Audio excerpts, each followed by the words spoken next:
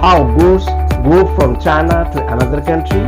Today I will show you the complete process of shipping in very simple ways.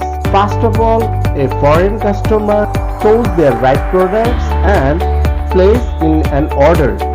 After the customer pays their money, we check how many products we have, their weight, size, and the destination port.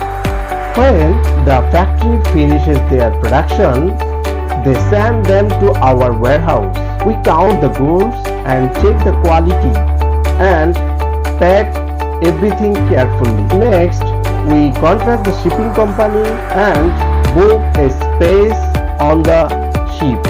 Depending on the amounts of goods, we may use 20-foot or 40-foot containers. Then trucks take the goods from our warehouse to seaport.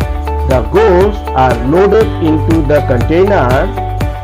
Then we close and lock the container safely. Now the customs teams check the goods and documents.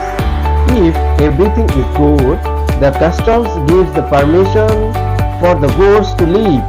After the container is loaded onto a large ship, the ship leaves China and travels to the buyer's country. When the ship arrives to the foreign country's port, the buyer uses the shipping documents to collect the goods.